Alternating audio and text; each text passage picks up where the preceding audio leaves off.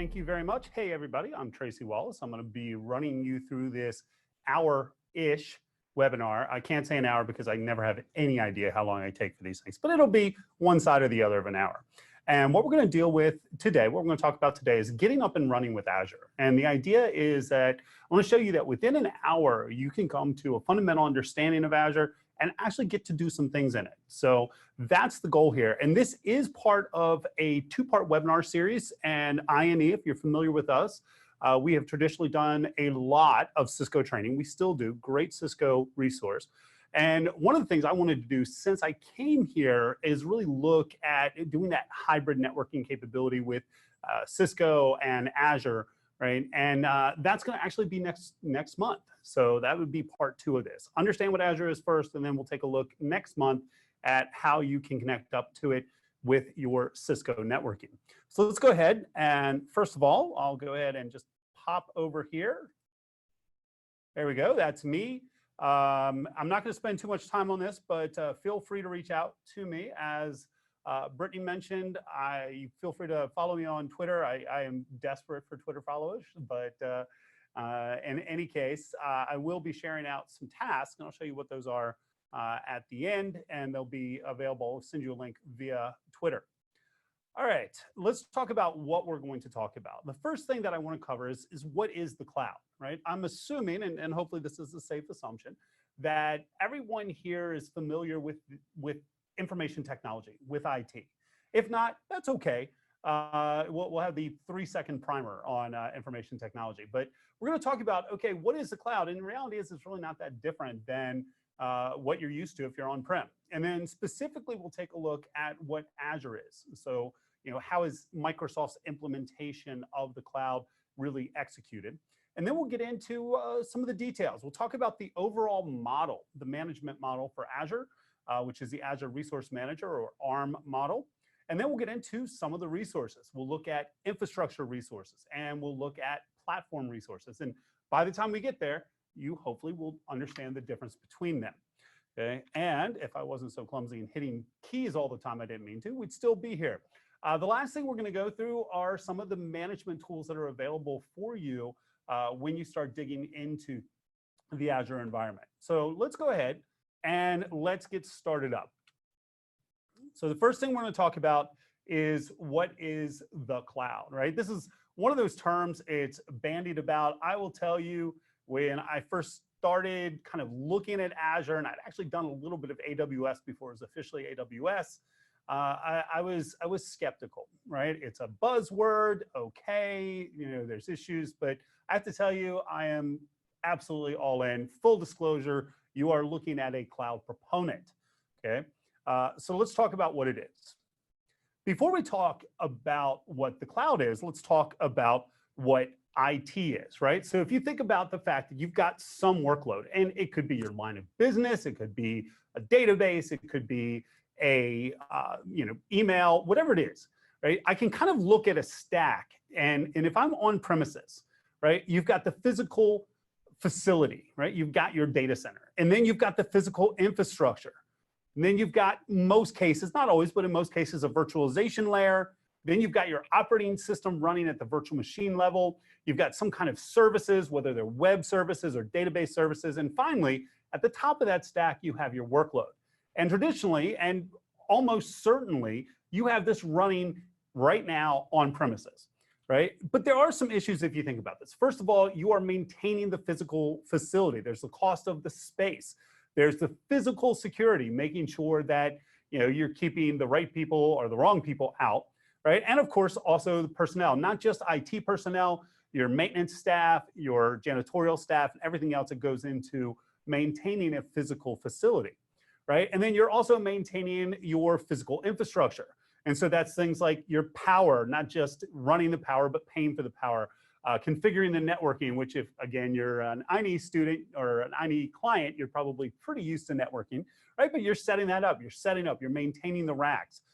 You are dealing with storage, okay? And even at the virtualization level, right? Whether you're running VMware or you're running Hyper-V or you're running another virtualization environment, right? That's something that you are maintaining, that you are potentially licensing, right? And then everything else, virtual machines, services, and workload is kind of whatever your general workload is. Now, let's take a look at this model in the cloud. And guess what? It's exactly the same model, right? And in fact, my favorite quick definition of the cloud is somebody else's computer, right? That's really, if you're using the cloud, that's what you're doing. All that stuff's still there, but you're not responsible for those lower layers. You are not responsible for the physical security or all of the physical infrastructure, the virtualization, the networking, the running of the cables. That's all being done by the cloud provider, right? And so what you're doing is you're really focusing on that top layer, that layer that matters to you, right? What is your workload? What's your virtual machine? What services do you need? Do you provide, right? And what are your workloads? What's your line of business application? What's your e-commerce website? What's your database? Or whatever it is that you need, right? When you're in the cloud, that's where your focus is. And in fact, there's some common terminology. And if I take, before I take those concepts and break them out, there's also the concept of a management plane. Now, that's just a fancy way of saying some tools that let you manage whatever your resources are, right? So you're going to be responsible for managing these, however you deploy them. You need some tools for doing that. And that's really what the management plane is.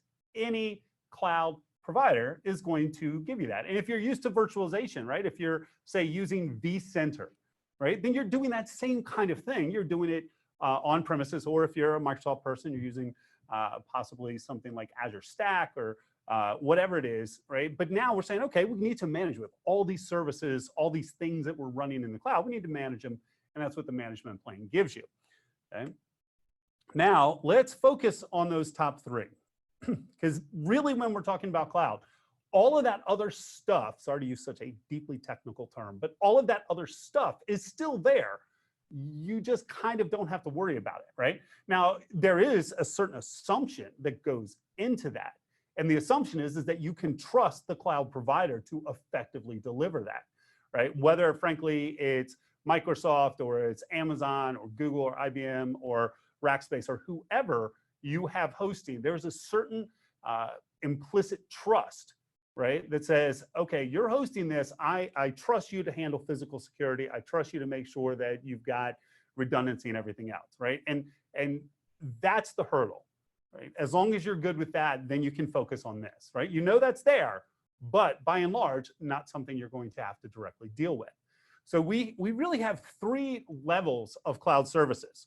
And I can focus on the virtual machine. So if I'm deploying my own virtual machine, there's actually a word for that. If I'm managing things at the virtual machine level, so I'm configuring the virtual machine, I'm configuring the operating system, that's typically referred to as infrastructure as a service, okay? So what's happening is the cloud provider is providing that physical infrastructure, they're providing the virtualization layer, but then you're really responsible for everything above that. Okay, now at the next level, you can actually have the provider also provide you with the services. And that's usually referred to as platform as a service. I use this all the time. I have a database. And rather than having to spin up a virtual machine and install a database server, whether it's SQL Server or MySQL, MariaDB, right, and manage that, what I'd rather do is use a platform database service from my cloud provider. So I can go into Azure and say, hey, cool, I would like to go ahead and use Azure SQL Database, okay? And set that up very quickly, and I'm up and running. Okay? And that is what you would think of as platform as a service. Now, the highest level workload, that is something that is actually generally outside of what a lot of people think when they think cloud providers, such as Microsoft Azure or AWS. But it's still very much a big part of the cloud puzzle, if you will, okay? And that's when the entire workload is actually already defined and you're just going to use it. And so things like Salesforce, right? Salesforce, that's your, sales management and CRM and all sorts of good stuff there, right? Well, rather than having to install and manage that either on premises or even as infrastructure, you can just go and you sign up with Salesforce, right? And you can interact with them. Same thing with one you might have heard of, a little thing, Office 365, right? So many organizations, their route to the cloud is Office 365 because they are running out of room for their Exchange server, which is almost always what happens. And decide to go ahead and say, you know what, we don't want to manage this anymore. Let's go ahead and go to the cloud. And so that's software as a service. Now, there are variations of these terms, like you might hear identity as a service and disaster recovery as a service. But really, I think any of those kind of fit into these three broad categories. Now, when you think about these, there are choices, right? And so as I go down that list, I have more control. Certainly, if I'm maintaining from the operating system above, I choose what software I'm installing. I choose how I'm configuring my operating system, what features I want, right? But I also have a lot more administration. Whereas if I'm using something like, say, again, Salesforce, right? I can literally sign up and start using it. And obviously, there can be some more complexity than that. I don't want people to go and ruin their businesses by running out immediately and just dropping whatever they have and using something. But that's the idea, is that I have much less, never no maintenance, never no administration. But you have a lot less administration when you're at that software as a service level. Now, why does all this matter?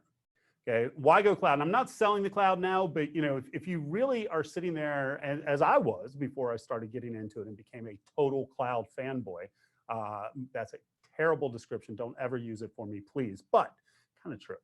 But in any case, if you're sitting on the fence, like, why would I want to do this? Why do people do this? Well, there's really a few reasons. One of the key reasons you'll see is that you're looking at operating expenses versus capital expenses. Right? I can go in today without paying millions of dollars, and I can spin up some very high-end processing machines and spin them up while I need them, and then delete them when I'm done. So my operating expenses are going to be something that you're not looking as much of an upfront commitment, and you're also looking at something that typically can be budgeted month over month, year over year. Also, typically, and this is one that gets a little bit cringy for people, and this is one that, quite frankly, when I started looking at this in the early 20 teens, it's so nice when we say the 20s now, but in the early 20 teens, a lot of people were really scared about this total cost of ownership, because what goes in total cost of ownership, part of that's administration. What I think a lot of organizations have found is that going to the cloud does not by any stretch eliminate the need for administration. It doesn't eliminate the need for architecture. It changes it. It will free up your team from some of the more kind of traditional operations. You're not pulling cable, right? But you still need to architect solutions. You still need to stay on top of things like compliance, right? And you need to actually administer the resources that you have in the cloud, right? But having said that, facility costs and all of the other things, the capital depreciation, right? That is all really taken out of your concern, right? And then these two, I think for me, are very important. You've got capacity utilization and capability utilization. On the capacity side, okay, think about your data center. If you're involved with your data center, there is a physical space in your data center. You have a certain number of racks that you may already have. You have a certain number of racks you can put in, and typically not even defined by the space, but probably more defined by things like your air handling and power capabilities. But there's a limit. Well, effectively, even though technically you're not looking at unlimited capacity in the cloud, that is what they're built for.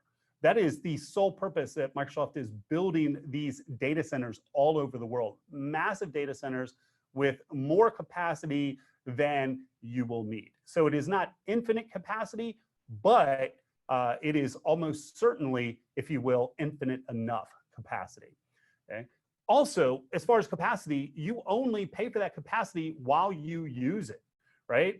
The sort of standard issue, if you're talking about your own on-premises capital investment, is that you need to buy equipment that's going to really handle your max load, right? But you're not going to have that max load all the time, so you're almost always overcommitting, or you're undercommitting, right? But with the cloud, it's much easier to manage your capacity. And also capability utilization. For example, artificial intelligence, right? Huge area of development, right? Very hard to get that implemented if you're building it from scratch in terms of setting up the tools, the environment, and everything else you need. Well, guess what? Your cloud providers, and this is by no means just Azure, your cloud providers are going to give that to you, right? And so if I need to set up some machine learning, I can actually literally just go in and start a machine learning project in Azure, and I'm good to go. Right? And then the other thing, if you're not convinced, is that this is a number. Now, there's all sorts of numbers out there, but I suspect this one is probably true. You'll see this everywhere. I pulled it up so that I had a reference to it. 95% of Fortune 500 companies are using the Microsoft Cloud. Now, that doesn't say Azure, right? But Microsoft Cloud in general, and most Fortune 500 companies are either using cloud services at the infrastructure and or platform level, or are planning to do so. So it's a huge market. It's where we're going, and I'd recommend that you become at least familiar with it. All right, let's move on. So that's the cloud. Let's talk about Azure. Well, if you understand the fundamentals of what the cloud is, then you understand Azure. Because really, looking at this is the exact same diagram that we looked at before. This is what Azure is. It's a cloud provider. It's giving you the physical facility, the infrastructure, the virtualization, and on top of that, it's adding its own management plane, allowing you to work with it so that you can then start working with your own virtual machines or services or workloads. Now, how does this work, right? I think about the management plane, and behind the management plane, I have these resources. Okay, it could be a database, it could be a relational database, a non-relational database, it could be a virtual machine. Okay? And that management plane is going to allow me to manage those resources. And the management plane has an interface whereby I have different management tools. For example, most common management tool, the one that most people will get in and be comfortable with, is a web-based portal. And this is true, again, for any of the providers. AWS has their web-based portal. And so Azure does too. So you go in there and you click a few buttons and you start getting things done, which is very cool. For those of you that like to be at the command line, there are a full suite of cross-platform command line tools, both PowerShell-based and also more traditional CLI-based. And they work across Windows and Mac OS and Linux as well. So you have that command line, you have that script capability if you need it. And then if you need more, the entire management plane is actually provided through a REST API. And if you're not a developer, you don't need to know what a REST API is, except to note that it's pretty much a ubiquitous development concept. Okay, so I can write code, whether it's in .NET, which is shockingly kind of what I tend to write code in, or Python, or JavaScript, or Node.js, or Java, or even if I just wanted to go and create my own HTTP requests, I could do that.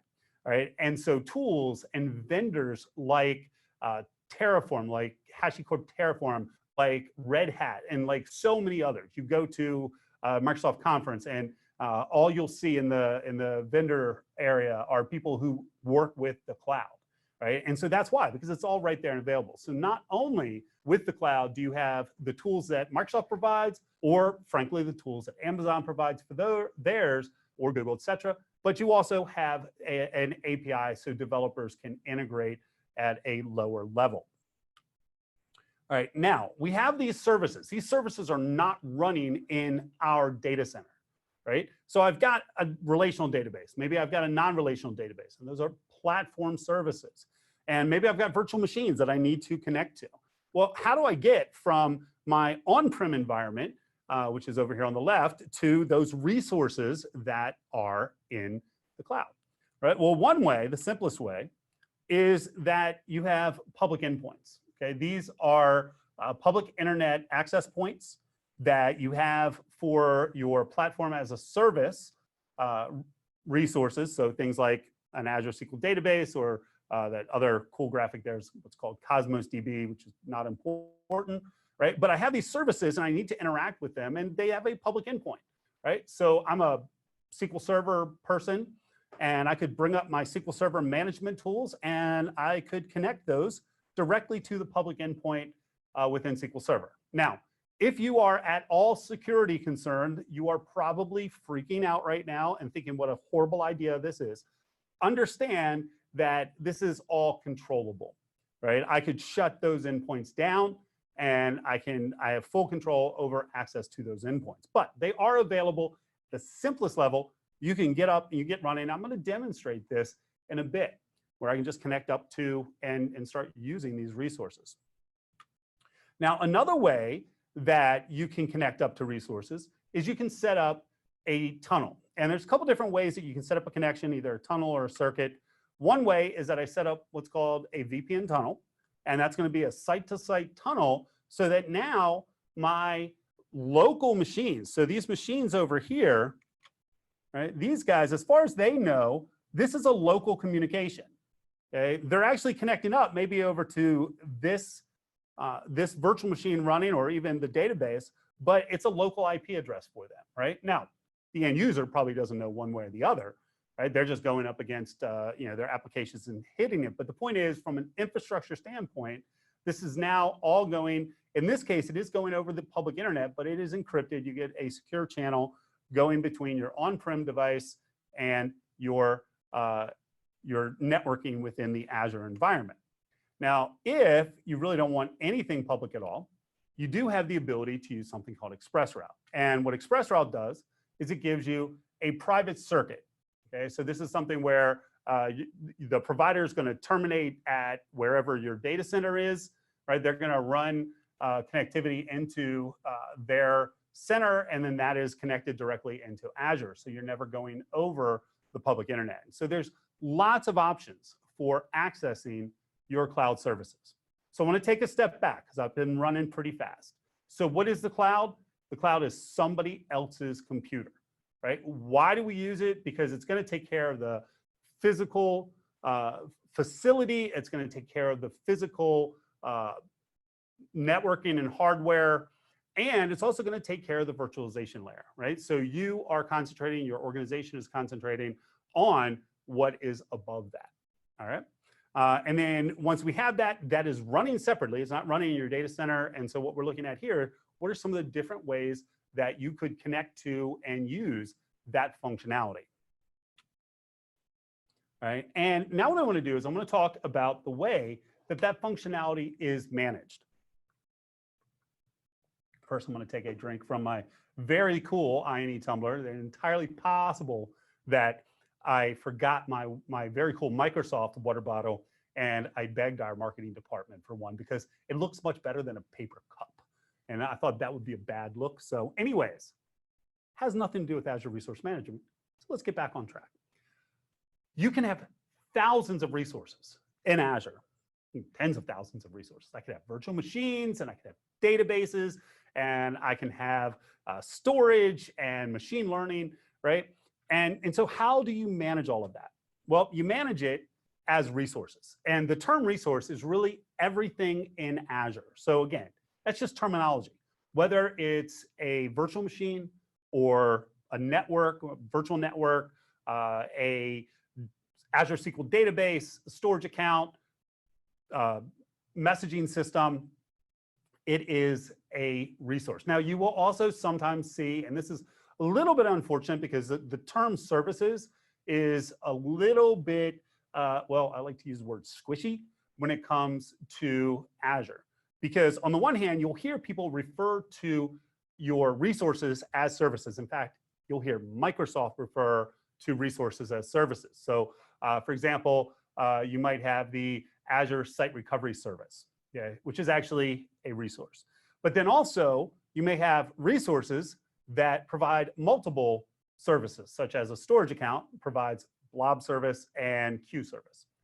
Not really that important. Just know that everything you're managing in Azure, it's a resource.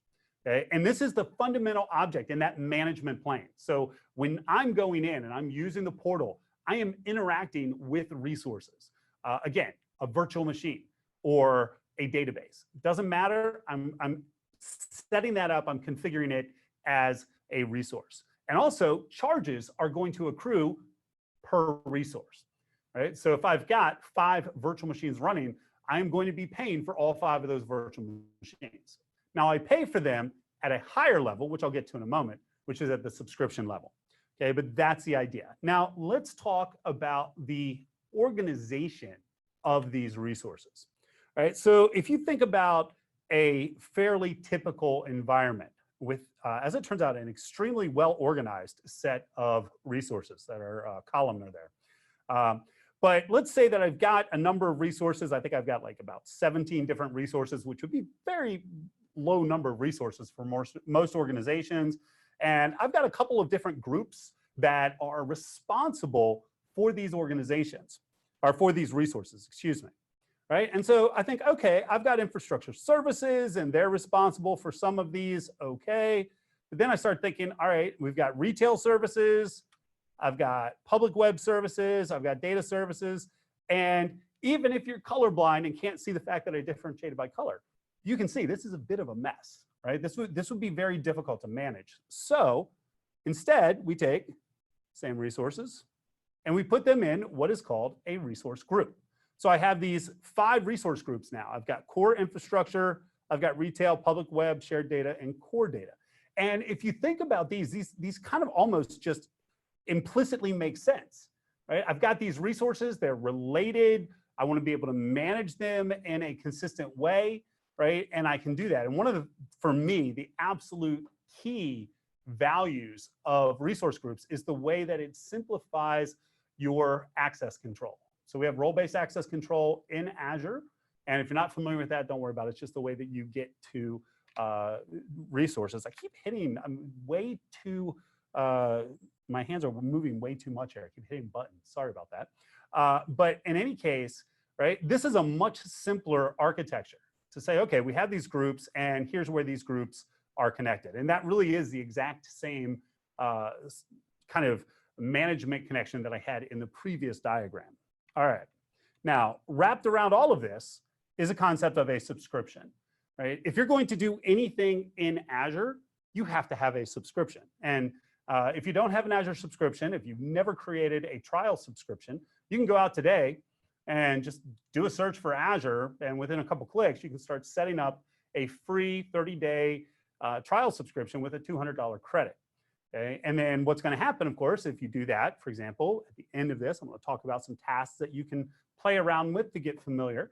Right? As you start provisioning your resources into that subscription, they're going to go into resource groups and they're going to start accruing charges at these subscriptions. So all of those resources would be accruing charges. Well, some of them may not be, but if they are accruing charges, they're all accruing them independently, but it's being paid for at the subscription level.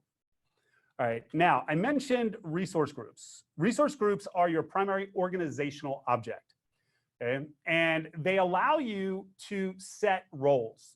And there's a variety of built-in roles. You can actually create your own roles. So whether you want someone to be, say, an owner or a contributor, or maybe only someone who can read the resources, right? I can do that and I can set that at the resource group level, and then that's going to apply to all of those resources in the resource group. That's not the only way that I can allow access, but for me, it's absolutely the best architecture. Okay? And then we also have governance by policy, right? And so one of the things I can do is I can enforce policy. And I can say, for example, that, okay, if you're provisioning virtual machines, you can only provision these size virtual machines. Okay? Or maybe I've got, my web apps resource group, and I only want you to be able to deploy to provision web applications.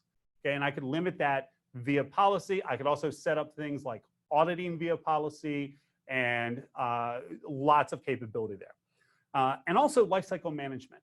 And with lifecycle management, what that means is that I typically treat all the resources in a resource group as a unit. And when it comes down to it, what that really means is that I can deploy what are called templates to a resource group that could deploy multiple resources at the same time. And when I'm done, I can delete them. Now, on a production site, you're probably not going around and deleting a bunch of resource groups. And if you are, you might want to rethink the strategy that you're using. But for me, frankly, as an instructor, I get to build up my whatever resources I need, finish them up, and then just delete the whole resource group. And I don't have to worry about all of this cleanup.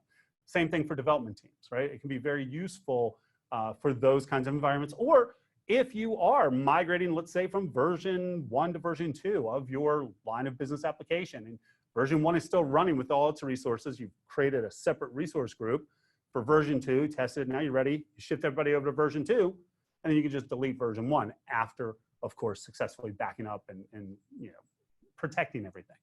Okay. Also, when you are looking at spending, you don't pay for it at the resource group, but you can allocate spending at the resource group. So I can pull back reports and I can see how my spending is by resource group. So if you've got different departments and you want to track that, you can do that. All right. Now, what I'm going to do is a little bit of demonstration. So I'm going to demonstrate a resource group management. And what I'm going to do is create a resource group. Or provision. Create and provision, Microsoft loves the word provision, basically the same thing. Okay, so I'm going to provision a resource group, and then I'm going to provision a resource within that resource group, just something very simple. Okay, I am then going to allow access to that resource group.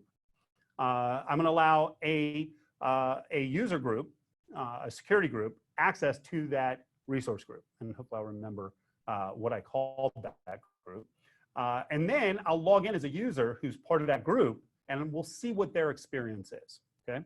All right, so let's go ahead and let's pop this up. And there we go. All right, this is my Azure portal. I'll talk a little bit more about the tools in just a bit. Finally, though, 35 minutes in, you get to actually see something. Okay? But the thing is, the concept's the hard part. The user experience here should be pretty straightforward. I'm going to create a resource. And I'm going to create, actually, this is what's called a marketplace. There are thousands of different resources at the infrastructure level, at the platform level that you can create here. What I'm going to do is I'm just going to type this in, resource group, and there's my resource group, and create. And now I need to give this a name. Notice I actually have multiple subscriptions. I'm going to put it in my demonstrations subscription, and this is going to be webinar RG for resource group. And I'm going to put the resource group in a location, which is East US, because that's where I put everything. Doesn't mean you have to put everything there, but I do. Okay, and 2 clicks, and I now have a resource group. Pretty exciting. But in and of itself, the resource group is not really giving me a whole lot. So what I want to do is add a resource. Now, there are many things that you can do, but there's no actual functionality here other than kind of organizing and management. So what I want to do is I'm going to create a resource. And I'm going to create a route table. And this is really important. The reason why I'm creating a route table is because it typically creates really quickly. So we will do nothing with the actual route table other than the fact that hopefully it will actually create. So now I'm going to go through the process of saying, okay, I've got this webinar RT for a route table. I'm going to put it in this subscription, and I'm going to put it into the webinar RG resource group, leave it in the East US, and I'm going to go ahead and create that. And that's it. Now, the route table is used with virtual networking to, well, manage custom routing, but I'm not going to do that with it. Okay, what I do want to do while that is provisioning, you can actually see up here, it's going to tell me it's provisioning. First, it created the resource group. Now my resource is provisioning. And what I want to do, though, is take a look at security. So since I could pretend that I'm doing this to show you the full path, but really I'm doing this because I literally created a group this morning, and I've completely forgotten what the name was that I gave to the group. But you can pretend like I'm doing it for good professional reasons. There we go. That's kind of a useful group. So this, not worrying about details, I'm not going into Azure AD, but this is just the authentication and identity component. And I have a security group, right? And again, if you're in IT, doesn't matter, this is in Azure, whatever it is, you're probably used to users and groups, that's what we have. So I have this group, webinar users. And what I want to do is I want to go to my resource group. I'm going to go to the webinar RG.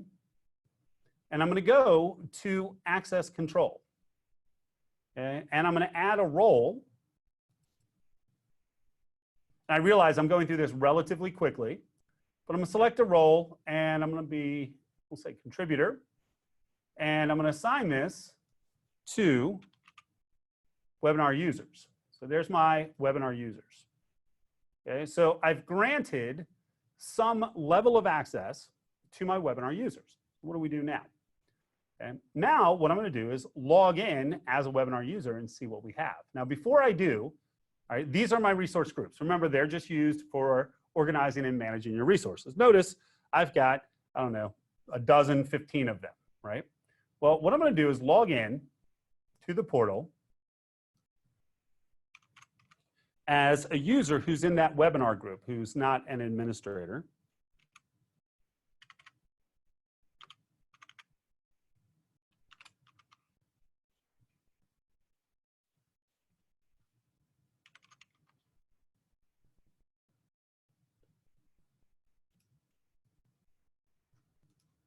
And okay, so now this user's logged in, and if I go to resource groups, notice I only see one resource group because that is the only resource group that I have access to.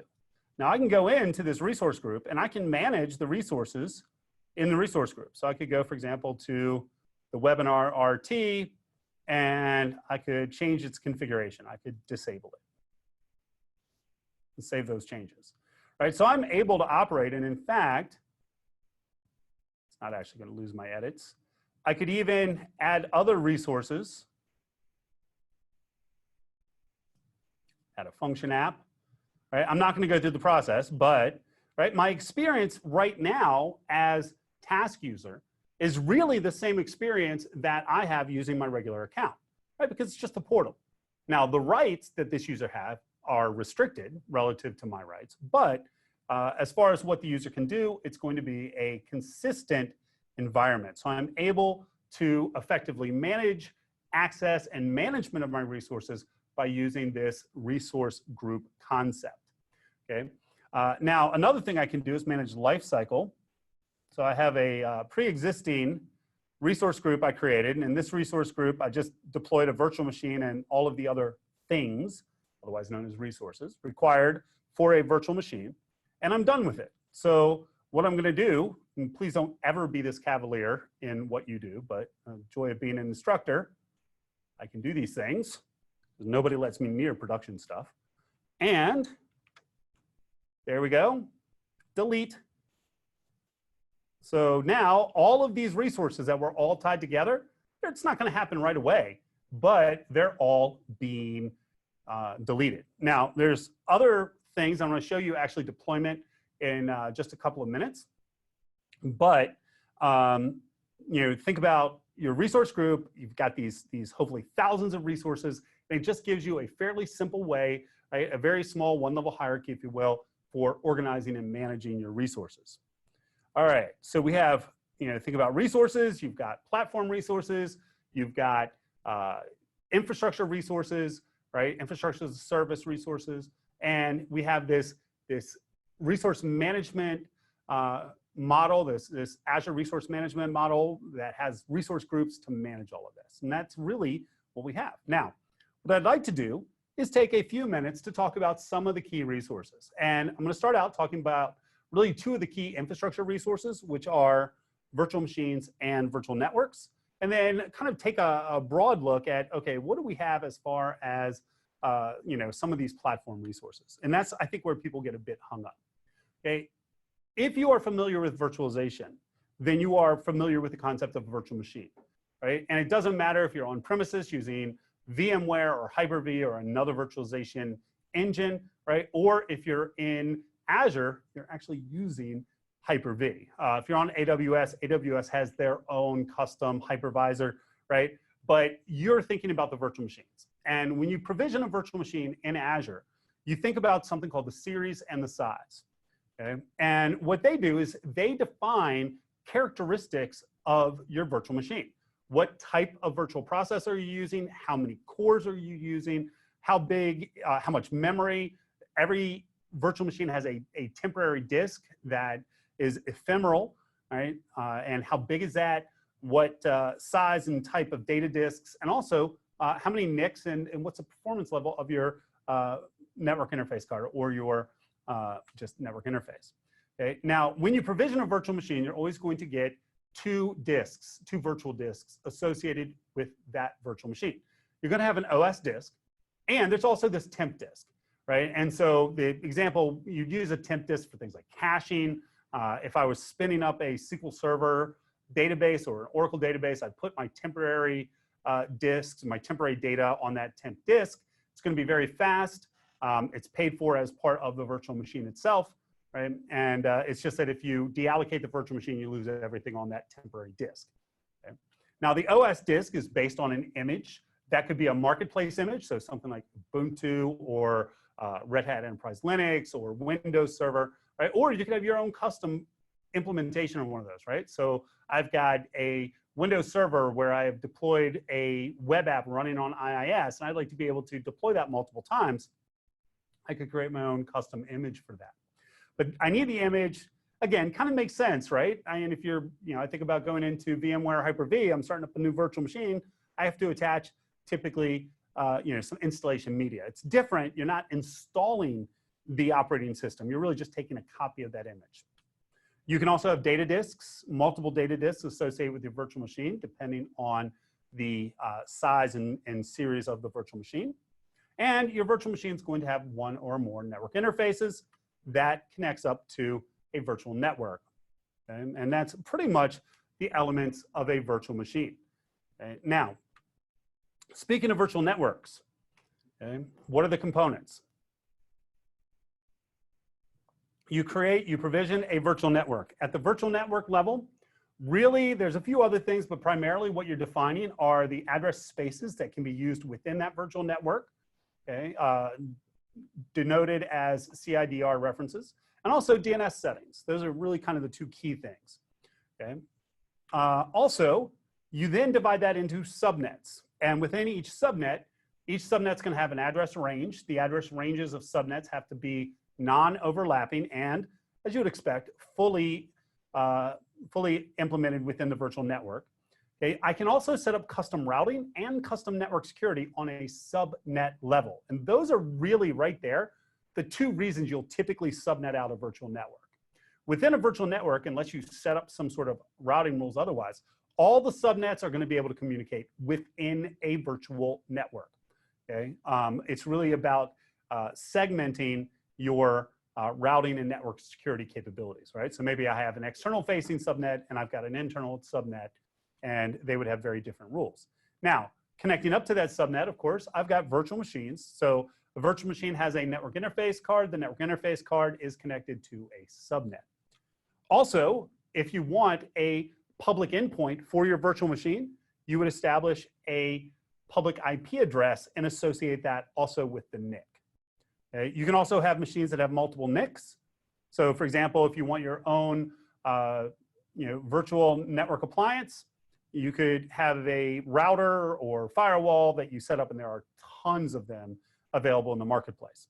Okay? But that's the core idea of virtual networks. Now, that was going to be all I said about virtual networks, but then I thought, well, yeah, we'd probably be in INE. We probably have some networking people in here that might want just a little bit more. So I'm not going to go into depth. We'll do more with this next month, right? But I want to talk about basic connectivity, right? And so I've got these different systems. I've got a virtual network A and a virtual network B. These are in Azure. I have my on-premises networking, and I've got somebody sitting over there in a remote workstation. Well, one of the things that I can do is I can deploy gateways. Okay, and gateways can either be VPN gateways or ExpressRoute. And so for my on-prem environment, assuming that this is, let's say, a VPN gateway, I would have a VPN device, maybe a Cisco SA over on the on-premises side, and I would establish a tunnel connection between that and my gateway that's in Azure. And if I have a gateway, I can also connect up to that gateway from individual machines. So I can have site to site. I can also have point to site. network communication with all kinds of options for the way that you are encrypting traffic and also the way that you're authenticating, for example, your remote workstations. Now, what about network connectivity within Azure? Okay, one of the things that you'll find is that within a network, all your virtual machines can communicate. You do not have any communication between virtual networks unless you set it up. Okay, so the 3 virtual machines in network A can communicate with each other. They cannot communicate with network B. Okay, so how do I connect them? Well, one way, kind of the old way, is that I can set up these gateways on my virtual networks and I establish a communication between them. And that really becomes the same concept as the on-premises through a gateway. Okay, or I now have something called peering, which is a lot easier, more direct, faster, and less expensive. Okay, and I can set up what's called a peering relationship, which basically just opens up this connectivity between my virtual networks. Okay. There is one other option that I didn't kind of draw in here. Again, I mentioned this when I was talking about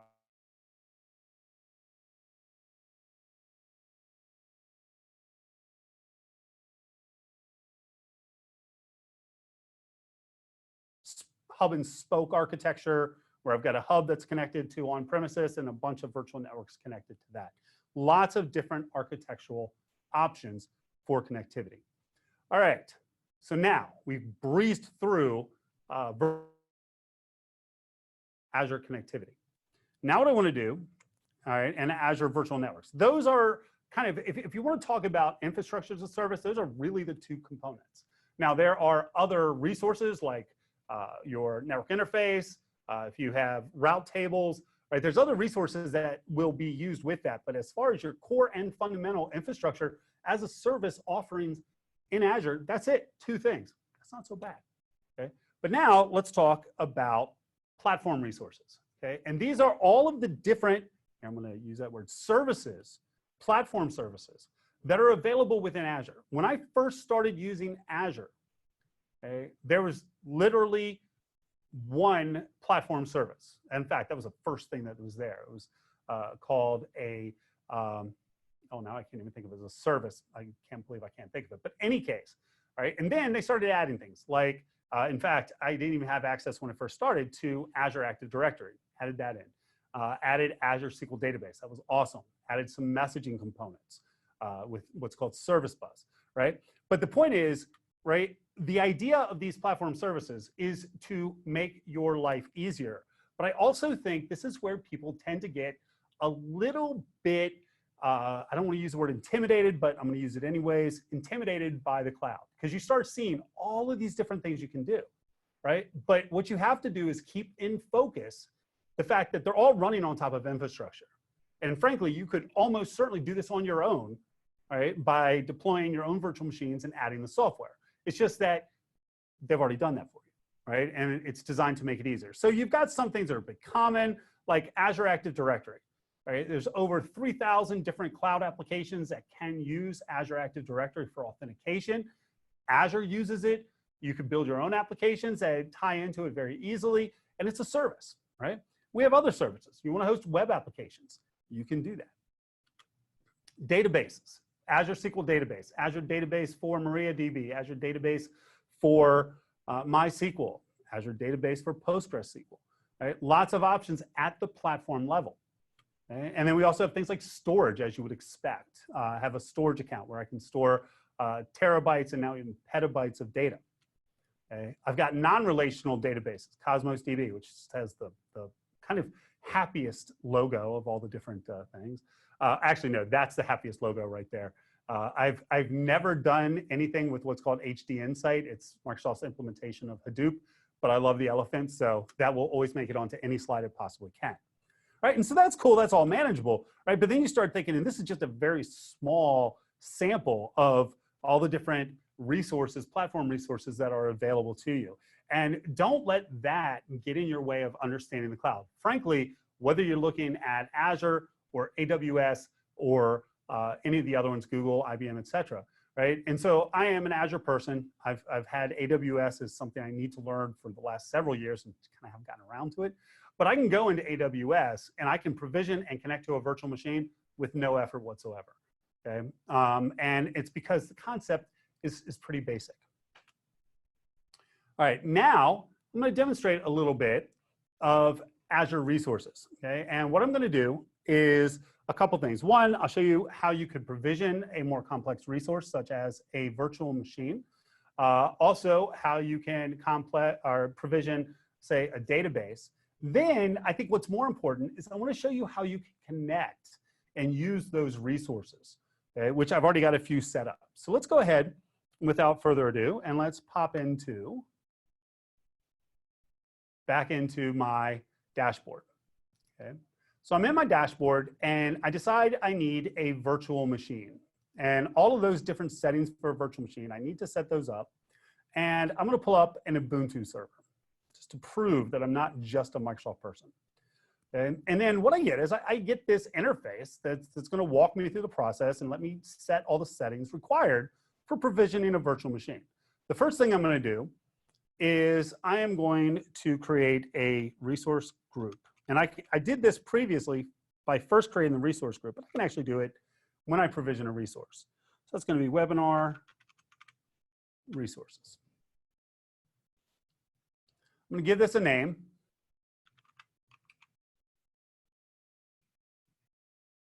Something that is fitting for what you're going to do with it. All right. Don't need any availability. I'll use Ubuntu server 1804. I'm going to be lazy and use password as opposed to SSH public key, which works fine. Just didn't think to make sure I had that file available. All right, and then I can set up my storage, lots of settings there. I'm not going to go through the details of this because you'll probably want to get out of here at some point, right? And then I've got my networking.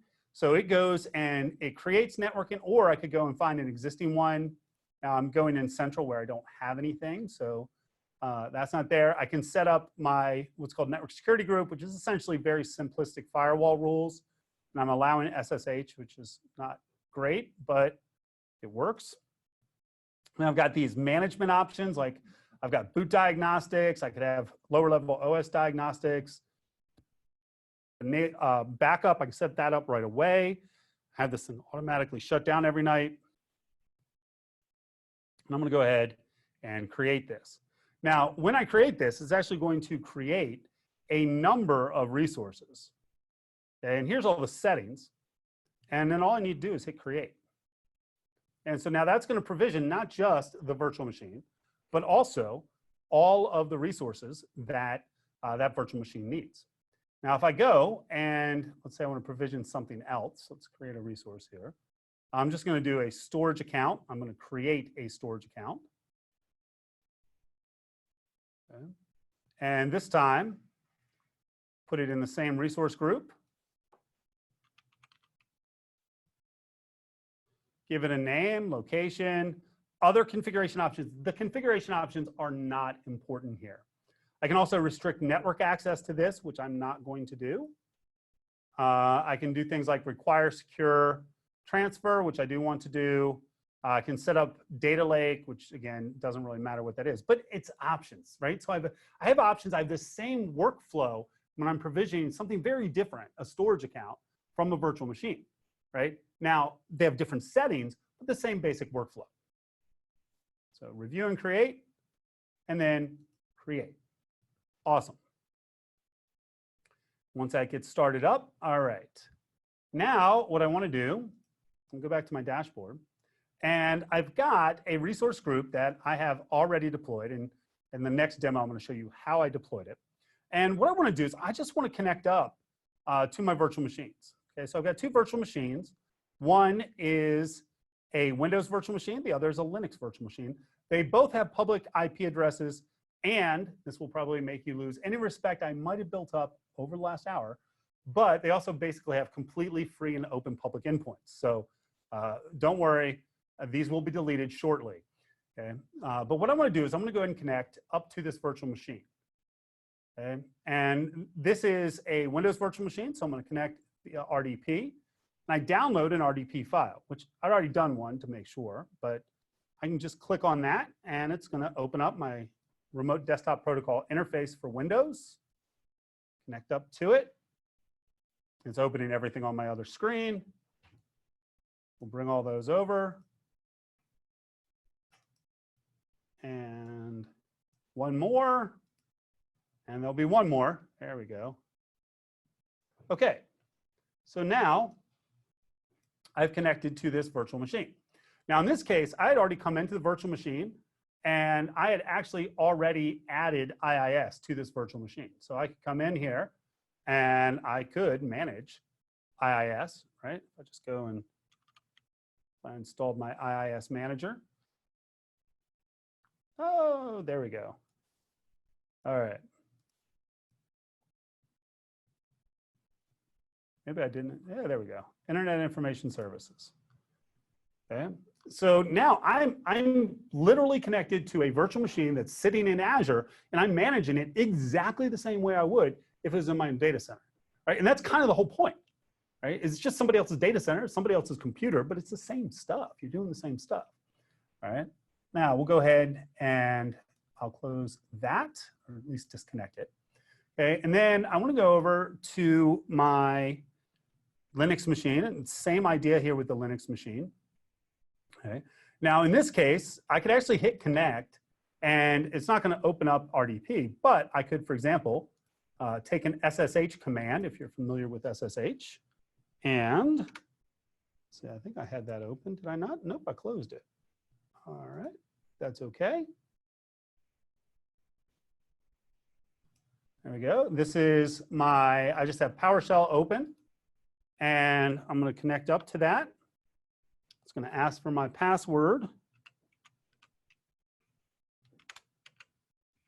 I actually have to type in.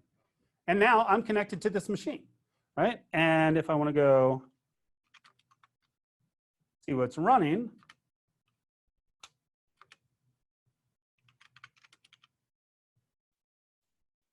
okay, what that does is that actually pulls back the Azure agent. It says, okay, yep, you're running the Azure agent.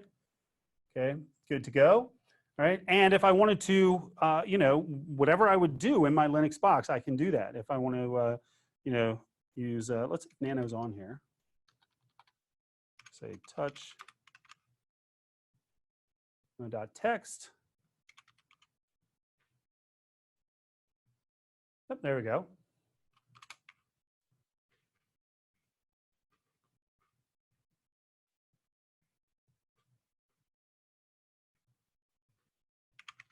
Okay. Point being, regardless of the utility of that particular file, I'm now in a Linux machine. I'm interacting with it the same way I would, again, if this Linux machine were on premises. Okay? And I can connect between these two. I'm not going to demonstrate that. I'll ask you to take my word for that so that you can, you know, wherever you are, get out, go have breakfast or lunch or go to sleep or whatever it is, sometime in the near future. Okay, but the point is, I'm able to connect to these machines again exactly the same way I would if they were across the hall sitting in our server room.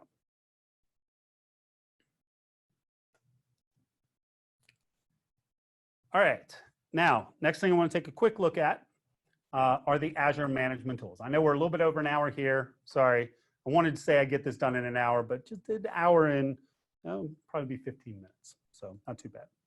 All right, now, as far as the Azure tools, you have to think about the Azure management plane. And frankly, I've already shown you one of the tools, and that's typically the day-to-day tool for people. And the idea is that you should probably be able to use that without really worrying about too much. You want to know what the resources are, of course, but I find the portal doesn't get in your way. I find it to be not overly complex, okay? Again, you have the ability to do this from the command line, and I'm going to show you that with a couple different, I'm going to show you one approach. I'm going to show you the PowerShell approach, okay? And also, you've got the REST API, so people can go and they can interact with it, right? And so that's just a quick reminder. Now I'm going to go ahead and give you a quick demonstration. And I'm not going to go through everything in the portal because we've been going an hour, and I'd rather, if you're not asleep yet, I'd rather not put you to sleep. So, you know, it's a portal. It's got a dashboard. It's pretty straightforward. In the meantime, let's pull it up. And since I'm here, okay, I'm in the portal. One of the things I can do is I go to, and I love this term, it's a blade. I go to the blade for a resource, which I found out not too long ago. Actually, they took the terminology from Xbox, which is cool. But this is my blade for that virtual machine. And in addition to being able to connect to it, you can see right here, all sorts of information. I can see what's going on in the CPU. So I've got all of this monitoring that's built in. I've got all of these different capabilities. If I want to see the networking, which right now is very bad because I don't have any firewalling set up for that. Disk management.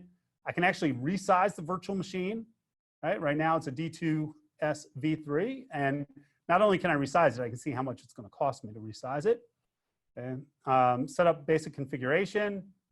Lots of different options available. So all of the management that I can do, almost all the management that I can do on a resource is going to be found in the blade for that resource, right? And if I go to a different resource, for example, a database, then I'm going to get the same blade concept, but of course, different functionality. Okay, like create, this is the actual server. I can view my databases on the server. I can set up connectivity, for example, somewhere in here, firewalls and virtual networks. This is closed by default. If I wanted to be able to connect to it, I could add my own client IP.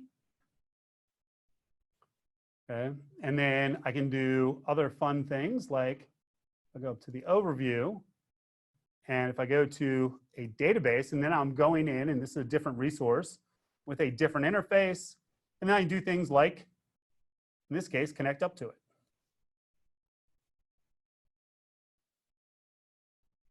Okay, and so here I could start running query. And again, this is not a database lesson. The point is, I've got this interface, right, that has lots of cool built-in functionality. And it doesn't matter if it's a virtual machine, a database, Azure AD for authentication identity, and I can interact with it. Now, I also have the ability to interact from the command line. And I'm actually going to pull up my Visual Studio Code. This is, I love this tool. What I love about this tool is even people that hate Microsoft are starting to use this tool on the developer side. Haven't been able to convince my son yet, but that's a little bit of an embarrassment for me, but he's a good kid, so we'll let it go. But in any case, we don't care about the fact that it's a development environment. It is cross-platform.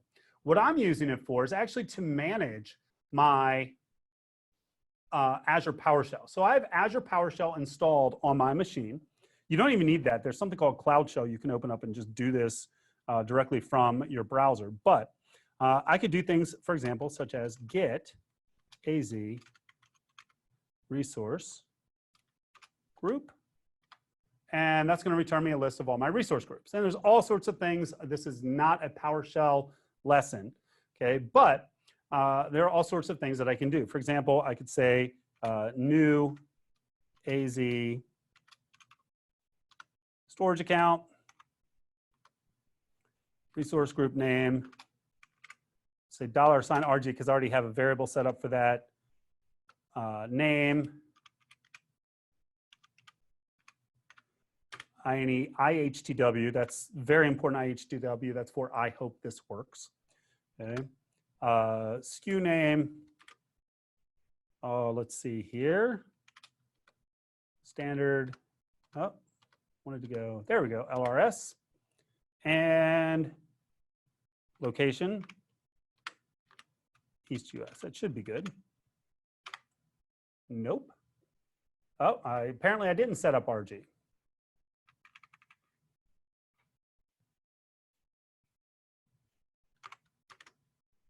Webinar, I think demo. Let's see if that's right. Nope. That's okay. Because I have a script. Webinar demos. That's what I wanted. Let's try that again. Oh, you changed on me. That's okay. Back here. Oh, wow, completely. Anyways, let's see. Nope, I can't do anyways. Got to do this right. AZ. Storage account,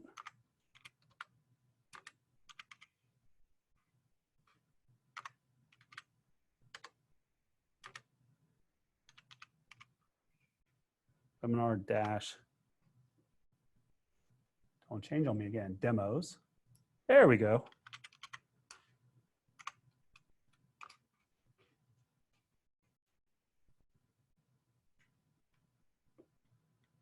and East US, and SKU name, standard LRS.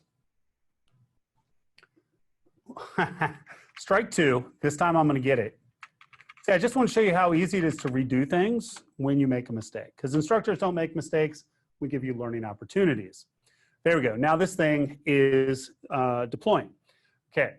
Also, I can do things like run scripts. And Azure has a rich infrastructure as code engine called Azure ARM templates. And what you can do is you can declaratively define resources that you want to deploy as a unit, okay? And then you make a single call, which would be new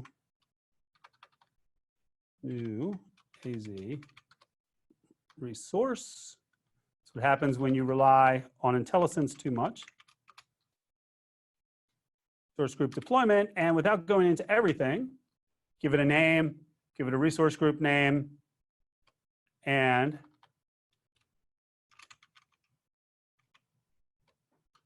template, file. There'd be more I'd put in this. This wouldn't do it, but there we go. And I could literally just deploy this template that's predefined. In fact, that's what I did to deploy everything in here.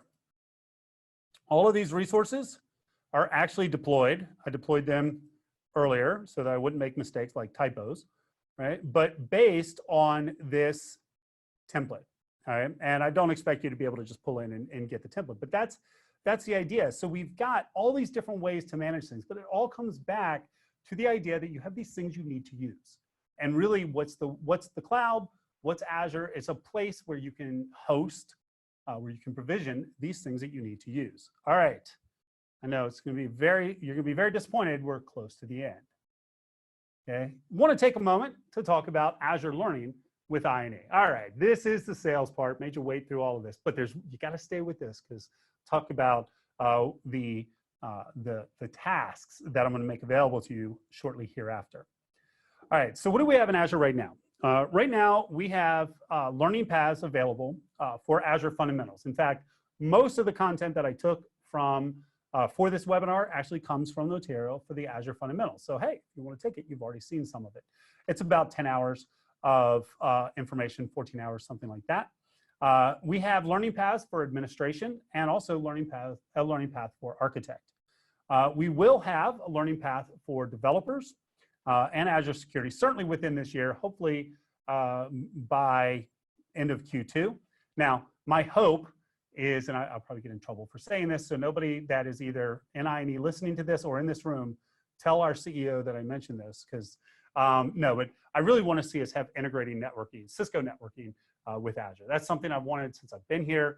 And you know, we've had our Cisco people have been working really hard on the new updates to Cisco. I've been frankly building up our Azure platform content, but I think that's something that's going to be really cool, and it's a value that we have that maybe not all training companies do. Also, if you came to this webinar expecting to see your hero, Keith Bogart, sorry. If you're waiting till the very end to see if he popped up, he's not. But next month, in March, we're going to do part 2 of this, where Keith and I are going to present a webinar on actually connecting Azure and Cisco networks. So we're going to take that concept that I laid out here. We're actually going to look at that in practice. So that should be pretty fun. Okay, and then the other thing that we have is some exercises. So one of the things we do now with our courses in INE is we define tasks.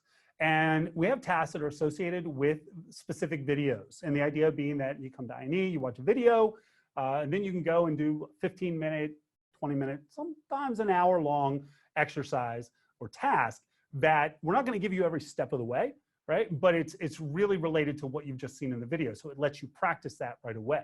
And if you get stuck, there's also a solution video for that. Well, what I've done is I've taken 3 of those from actually the Azure Fundamentals Learning Path, and I put those together in a PDF file.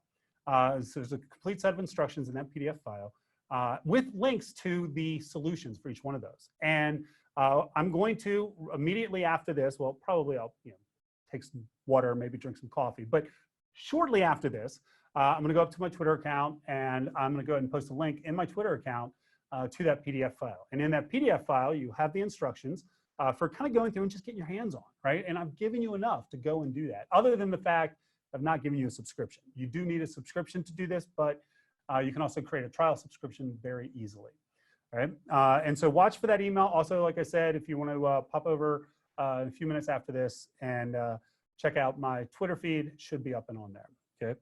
All right, and that covers content. Now what I'm going to do is I see that I've got some questions that have been asked over there, okay? And here's what we're going. First one, ooh, hard one. What is the actual transport associated with ExpressRoute? Is it just a name for some kind of MPLS product? Yes.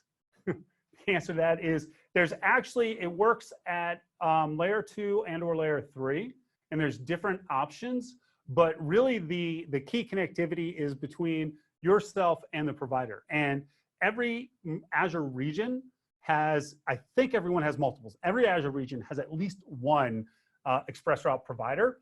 And I'm pretty sure they all have multiple ExpressRoute providers. And obviously some ExpressRoute providers are all over the place. And what you would do is you actually contract with them, right? And you set up your connectivity, and there's different options. There's even like an on-prem option.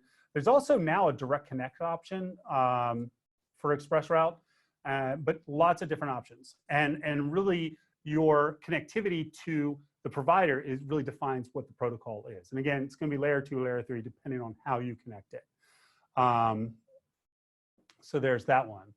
All right, is there a way to connect the quota limit of the creation of VMs of up to 64 cores for specific resource groups? That would be fantastic.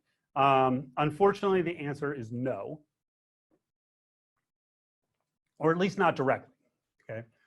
You can do a couple of things. One, your quotas, and there are quotas, your quotas are by subscription and by region, okay? So there's resource quotas on pretty much everything, and you can change those.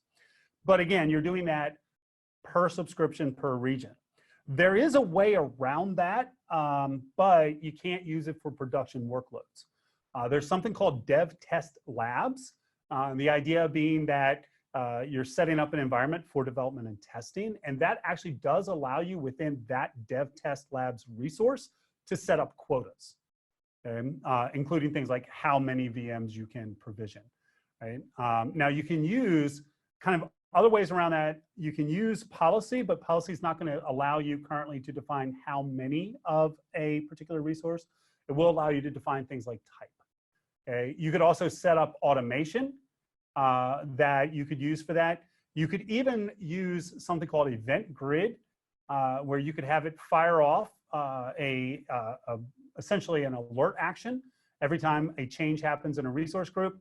And you could have very proactive monitoring that way. You could possibly automate a process that would then delete resources, but that would be pretty bad. But you could certainly at least have an alerting system set up, not a true quota system, but there are ways to handle that.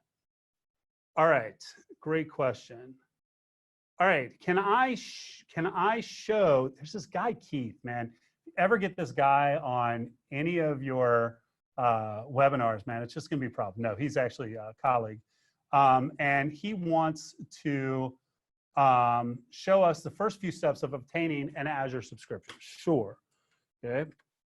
This is hopefully relatively straightforward here. Let me get the right, there we go. Okay, if I want to get a free trial Azure subscription, I'm just gonna go Azure trial, an Azure trial. And I'm going to go to azure.microsoft.com/account/free. I'm going to click there, and I'm going to start free.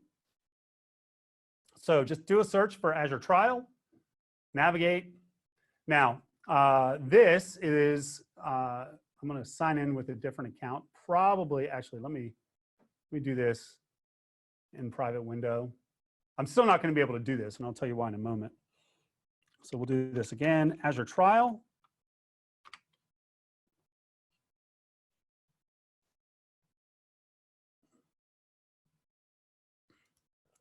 free. All right, so I'm going to sign in to an account, and let's see if I can use.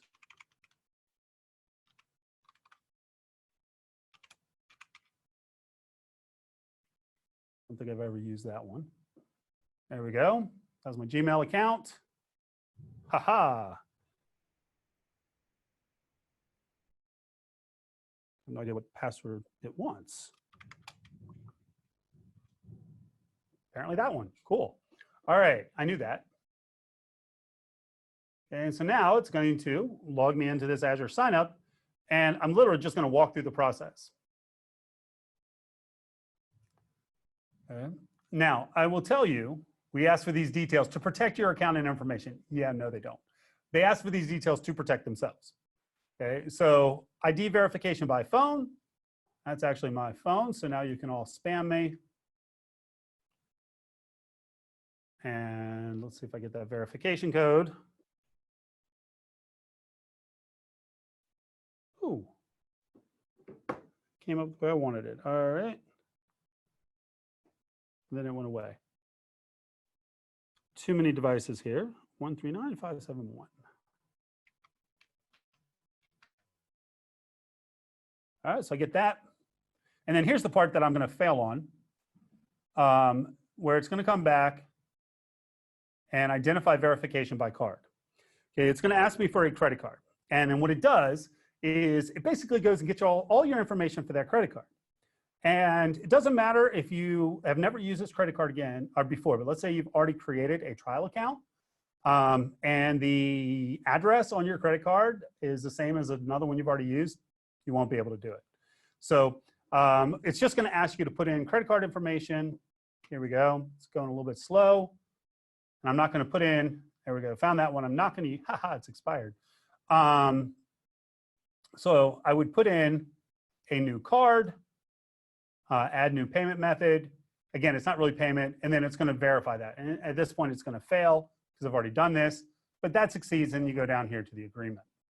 Okay? And then you have your own trial account with a $200 credit for 30 days. Also, you have 12 months of free products as well. So there we go. All right, that's the first few steps. All right, now another question. Also, maybe briefly talk about some high-level differences between Azure and AWS. Why might I want to choose one over the other? All right, so here's the truth. The truth is they're pretty much the same thing. Now, by saying that, I have now made enemies of everybody who's an AWS person and everybody who's an Azure person. Okay? But the reality is, in both cases, you are using somebody else's computer. In both cases, they have their own management plane. They have their own portals. They have their own APIs. They have their own CLI tools. They actually have their own PowerShell tools. Okay? In both cases, I can provision virtual machines. I can set up networking. I have hundreds to thousands, not hundreds of thousands, but thousands of platform resources. If I want to spin up a SQL database, I could do that in either one of them. So what are the differences? Okay, well, there's a few things. One, I think, first of all, they call things differently. So instead of storage account, I think makes sense. You have like an S2 or an S3 bucket for storage in AWS. Now, if you're an AWS person, that S2 bucket makes a lot of sense, but think about it. Does it really? Anyways, I digress. All right, but really what you'll find is you'll find differences in the way they label things. The way that networking is set up is a little bit different, but it's still the same elements. Where you'll find some differences is pricing, and which is cheaper depends on which salesperson you talk to. Okay? And you'll find some things are better in Azure and some things are better in AWS. And Azure typically gets credit for having a better defined hybrid environment with on-premises, particularly on-premises Active Directory, right? And quite frankly, AWS is more mature, right? And things come out, oftentimes have been out in AWS for a couple of years. Microsoft's playing catch up, but they're catching up pretty quick. And what you will find is that most environments now, certainly most large environments, are using both. And so it just kind of goes there. All right. So I know you wanted differences. I see them more as similarities. And you kind of pick up which way you go there. All right. Another question. Thanks for the webinar. You are welcome. I would like to ask whether it is possible to demo the resources needed for a small retail gift shop, including web presence, e-commerce, and payment gateway. So I can't demo it, but let's see if I can. I haven't done this in a while. I know there are some solutions. Let's see if there's anything specifically. All right, there we go. We have the Oxid. I don't know Oxid, but there you go. Your e-commerce shop for B2B and B2C. Okay, so this is actually a full solution. So this is my cop-out, but you also have things like, okay, I'm going to look at my marketing person here because I'm drawing a blank. Blog platform. No, not ours, just general. We'll keep anyways. I cannot believe I can't think of this. WordPress, thank you. This is why it's good to have people in here with me. There are, let's go back to new here for a second. There should be a ton of WordPress solutions. I've got WordPress, WordPress on Linux, Open Lightspeed WordPress, etc. Right? So lots of those. Okay. Also, I wanted to just do a broad search.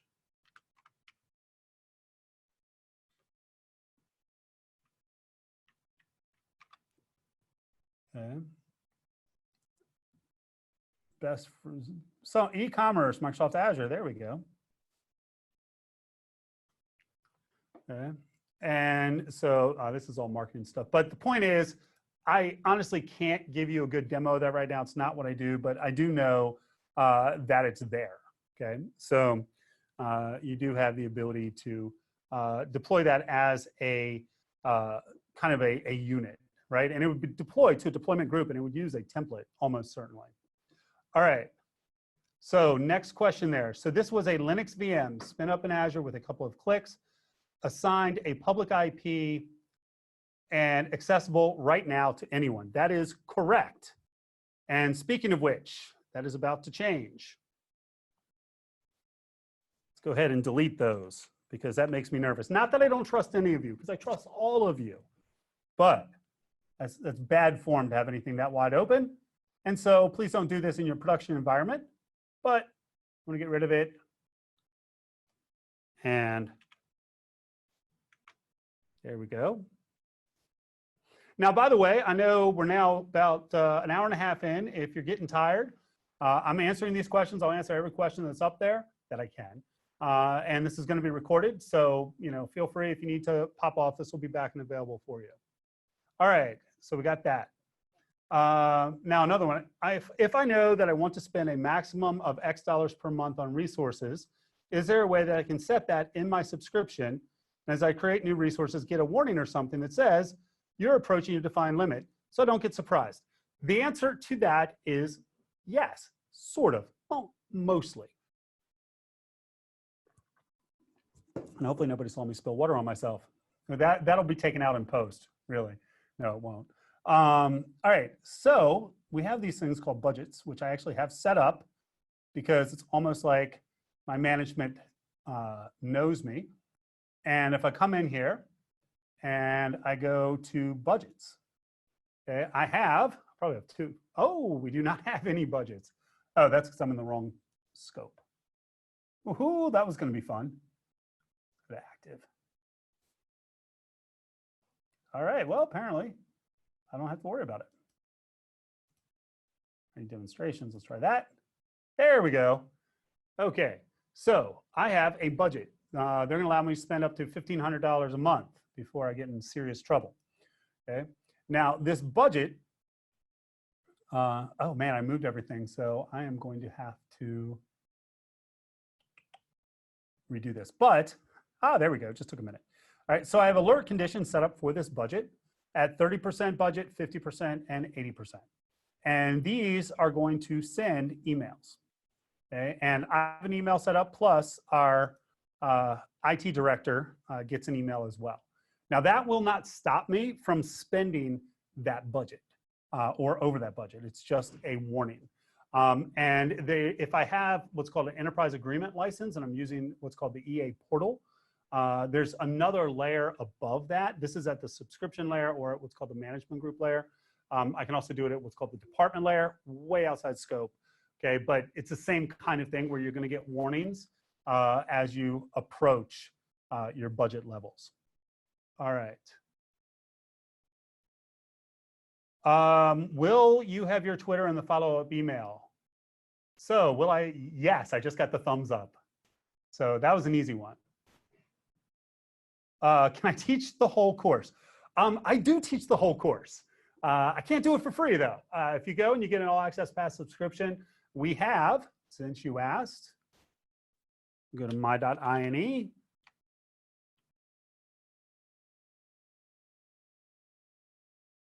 And man, I swear I didn't pay this person to do this, but it was just, oh, that was almost bad. That would have been a bad thing to have in a demo. All right, I'm gonna go to our learning paths. And here I have the Azure Fundamentals Learning Path, which has a total runtime of 14 hours. Not too bad considering some of our courses are like 300 for the learning path. Okay, and so this goes through, and there's really 3 courses associated with this. And then if I go into the courses, and a lot of today's came from this one. So it breaks it down into individual videos. Okay, and then also we have, those are all individual videos. And then down below that, we have tasks and solutions. Okay, so for example, I think I sent this one, and I think I did the peering, or at least I can't remember off the top of my head which ones I sent, but there's 3 of these that are in a PDF. Now, if you have a subscription, you can download the entire set of tasks. Okay, and so here's a full task document. And let's say if I wanted to go into manage, I can do that. Sorry, I'm selling, but this stuff's just kind of cool. I like it. I like being part of it. Okay, so feel free to come and take the whole class. Be happy to do that. Another question, is it possible to use third-party apps for managing and monitoring Azure resources? 100% yes. I should have mentioned SolarWinds. SolarWinds has tools that work with Azure. Also, so many of your management tools are agent-based, right? So if you're using Puppet or Chef, which Microsoft loves talking about Puppet and Chef, okay, if I'm using those to really administer my virtual machines, I'm doing that via an agent, right? And so you install an agent on a virtual machine, it doesn't matter where that agent's running, right? As long as it can connect back to your central server for that, then you're good to go. Also,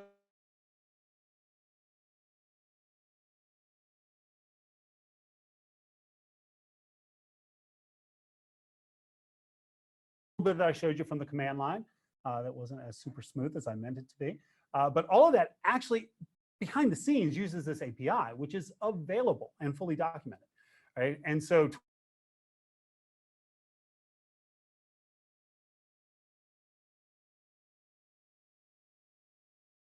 same idea. And so you'll find a lot of tools out there that are designed, and I think as tooling progresses, you're going to see that improve and continue to grow.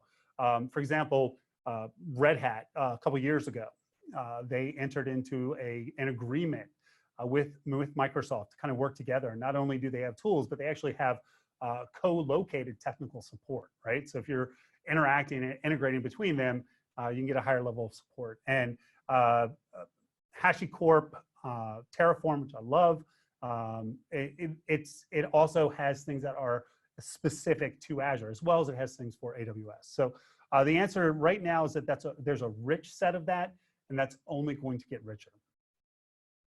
All right, next. All right, upon creating a virtual infrastructure, a 5 virtual machine, for example, cool. Do I need to set up a virtual network for them to reach each other, or would they automatically reach each other? Great question. So the answer is you need a virtual machine. Okay? And unfortunately, of course, I just deleted the whole thing. But so a requirement for you need a virtual network, excuse me. You definitely need a virtual machine if you're going to have a virtual machine. Hopefully that goes without saying. But a virtual machine is dependent upon a network interface. And the network interface is dependent upon a virtual network. Now, when I went through the portal and I just provisioned a virtual machine, okay, part of that process was selecting, or in my case, actually provisioning a new virtual network. Okay. Now, in the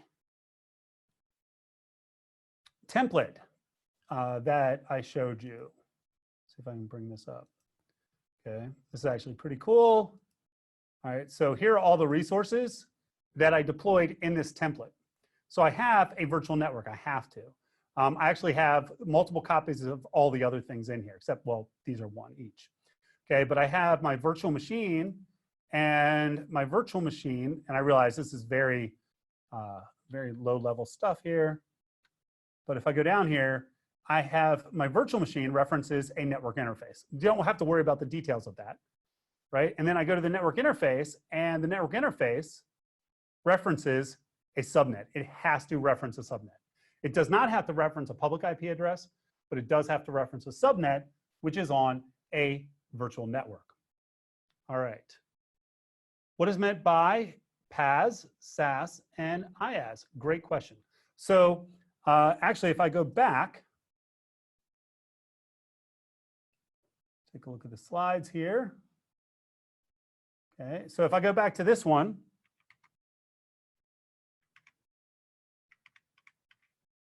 right, and actually even go all the way back here, right? If we think about the overall workload that we have, whether it's in the cloud or on premises, right? I've got, at some level, almost certainly virtual machines, probably some service like database service, SQL Server, MySQL, all right, or maybe a web server, Nginx, et cetera, and then whatever your actual workload is, right? And so that's what you're running, again, whether you're doing that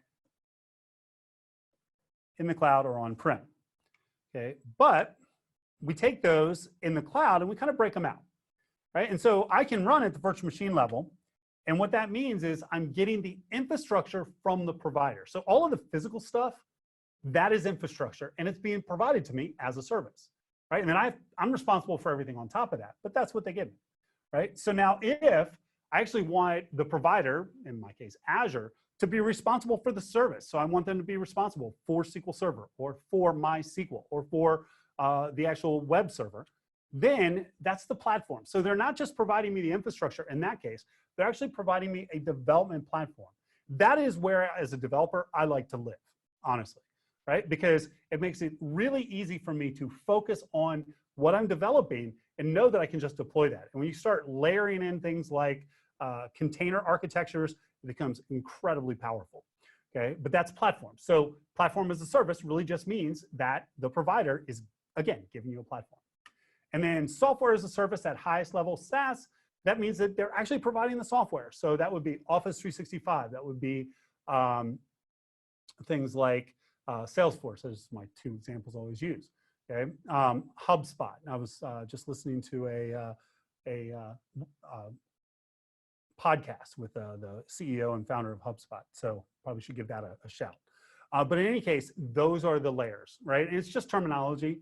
And it's really more philosophy or architecture, right? Whether something's platform or infrastructure as a service, not a huge deal, other than understanding what the pricing differences are and, frankly, how much work you're going to have to do. Okay? All right, and how much control you need. Great question. Oop, there we go. All right. Let's see. How to use it as a student. I assume you're talking about how to use Azure, and that goes to, honestly, just creating an Azure trial account. All right, you create an Azure trial account, you get 30 days, that would be the simple answer to that. Can you please explain the subdomain when a VM is created. Are you talking about the, I'm gonna have to get a follow-up. Are you talking about the DNS record associated with it? If you are, there you go. Yes, haha. Thank you. All I had to do was look at your next question. So you've got, on your next question, you've got, in here, I'll put this up. Let's just go, we can write this easy way. So let's say that I create a virtual machine, and my virtual machine is Tracy's VM.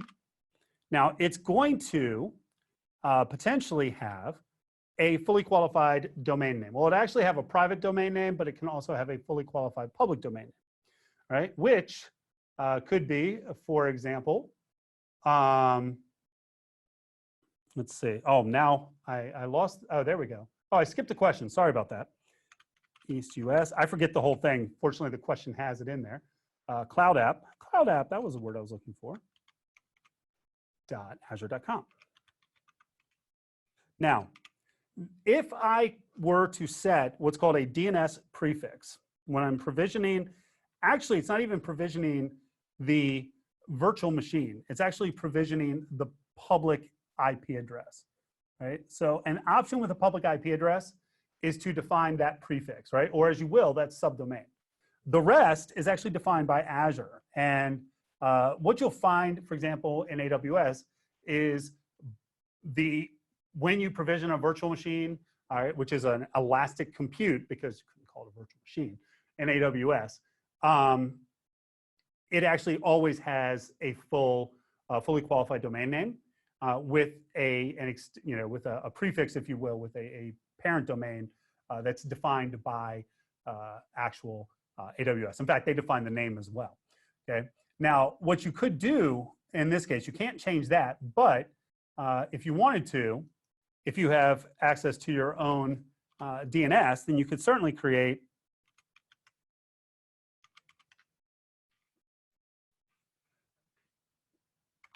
a CNAME record, right? And have that point to, I'm not going to write it all out, the fully qualified domain name that is actually assigned. Okay. But again, that's going to be really a DNS trick more than anything else. So the subdomain, as you say, is it's referred to as a DNS prefix associated with your public IP address. It's not actually associated with the virtual machine itself. It's associated with the public IP that is then associated with the NIC and then associated with the virtual machine. Awesome. Now, I missed one. Is Azure support integrated to Aruba controller as Radius server? Okay, I am not sure the details on that specific controller, but I will tell you this. Okay, if you are really the place that I will see the Radius come in is if you're using the VPN gateway with .2 site. One of the ways that you can authenticate individuals coming in and connecting to your VPN gateway is at the enterprise level using a Radius server. Okay? So I'm not sure if that's the full question, but that's or the full answer, but that's kind of where I see, or where I have seen Radius used. Manuel, are you planning on covering Palo Alto firewall in Azure? Right now, it's not on our roadmap. That doesn't mean it can't get into our roadmap, because I happen to know the person who defines the roadmap right now. That'd be me. And really, that comes down to demand. You know, we're quite frankly first going in, and we're doing Cisco because that's where we have our expertise. But I also know that we are actually building catalogs for other networking, and Palo Alto has a great presence in Azure. And so, you know, that's just something to keep looking for down the road. I will tell you another plug to shamelessly try and get more people to follow me on Twitter. Any changes, anything new that comes out, it's going to be announced. It's going to be announced by INE, but also it'll be announced on Twitter through my Twitter account. All right. Our participants in, I am participant in this webinar from East Africa, but I can't create subscription. Is there a way I can create account? And many thanks. So here's the thing. I don't have the direct answer to that, but I can get that. I'm going to ask the folks in there, is there a way that we can mark that? So yes. Okay. So Hussein, I will make sure I get that answer for you, and we'll get it. We'll figure a way to get that to you. Okay. I'll put the answer up on my Twitter, but also see about getting that to you. All right. Yes. Wilson Jin, I forgot, but does Azure allow you to peer from one VNet from subscription A to another VNet in subscription B? The answer to that is yes. You cannot, however, peer across clouds. Okay, so what most people think of Azure is actually the Azure public cloud. That's what I work in. There's also several other. There's an Azure government cloud. There's an Azure government cloud for Department of Defense. There's an Azure China cloud. And there's an Azure Germany cloud. I think those are all the ones that are currently implemented. Okay, you cannot set up peering between clouds, but you certainly can set up peering between regions. It's called global peering. Okay. Well, I signed up here as a student, but it required university username, mail from university. That's why I can't use it as a student, because I don't. University personal email. Please say something about it. Okay, so this actually sounds like this might be similar to the previous question. I'm not 100% sure, where you're having trouble signing up, in this case from Bangladesh, to get an Azure trial account. And so what I'll do is I'll look for that as a more general solution. Also, if I'm off on that, feel free to DM me on Twitter or send me an email, and I'll work to answer that better. Okay, and same thing there. Subdomain, I hit the PAS, SAS, and IaaS question. I hit the subdomain. Then I've got from Hemant Pandey, which I'm sure I mispronounced. Does Azure have hardware level security like some vendors have, like Google? Yeah, they do. First of all, everything's encrypted. Okay, everything's encrypted at rest. Everything's encrypted in transit. Well, as long as you set it to be encrypted in transit. In some cases, you have the option of not encrypting things in transit, but you can. There's also something called Azure Key Vault. What that allows you to do is it allows you to store sensitive data, such as secrets, key files, and certificate files, and that can be encrypted with an HSM. Okay? And there's lots of documentation. There's also lots of documentation on the general compliance capabilities, if you will, that Microsoft Azure has. And you can find that if you just do a search for Microsoft Trust Center. You can do that and then kind of navigate your way down. All right. If you have PaaS resources, do those also connect to a subnet like a VM would? Actually, Josh, that is a fantastic question. And the answer is kind of. And this is actually fairly new. So a quick bit of history on, not really history, but so when we started out with, and I'm going to go back and do this again really quickly. So I've got services, right? So let's say that I've got an Azure SQL database. We'll just my chicken scratch writing. Okay. Now, traditionally, that has always had a public endpoint. And same thing, let's say if I have a storage account. I'm just going to say SA. So I've got a storage account. I've got a SQL. It would actually be the SQL Server that has a public endpoint. All right. Now, for SQL Server, I've always had firewall rules. Okay. And so I could, at a very high level, control what IP addresses would be able to access that. But they were public IP addresses, right? So it was public facing, even though it could be locked down. In the storage account, you have authorization control, but you didn't have any connectivity control. So a few years ago, Microsoft introduced what are now, I'm going to put in public service endpoints. Okay. And what service endpoints allowed you to do is say, you know what? I've got this storage account and I've got this virtual network, and I really just want this VNet or maybe other VNets to be able to connect. And in fact, I don't want them connecting actually publicly. I want to make sure I route that connectivity from that virtual network directly to the storage account over Azure's private networking. Okay, so now they were initially service endpoints because that's all they were, and they have since introduced private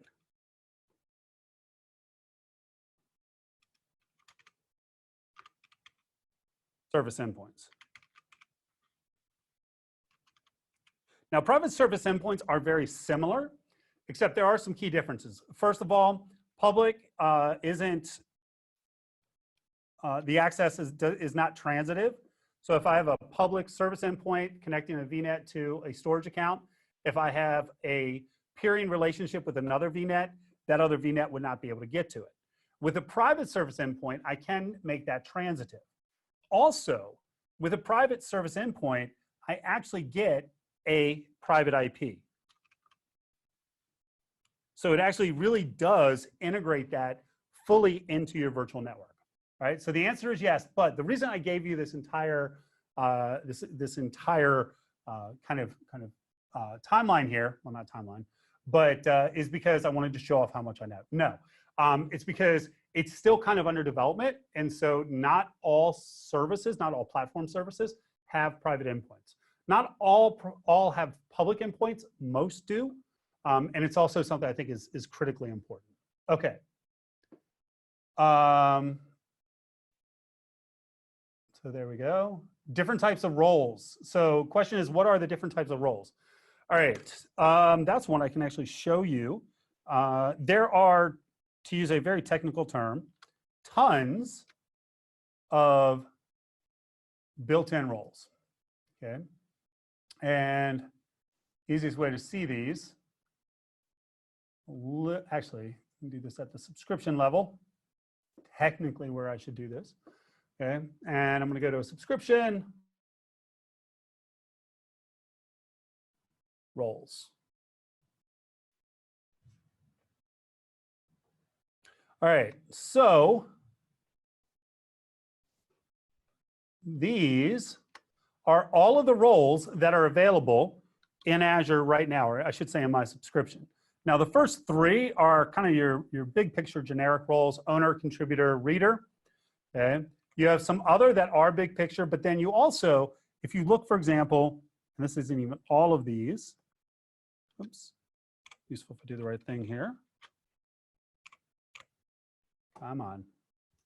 All right. Tracy learns how to use an interface. There we go.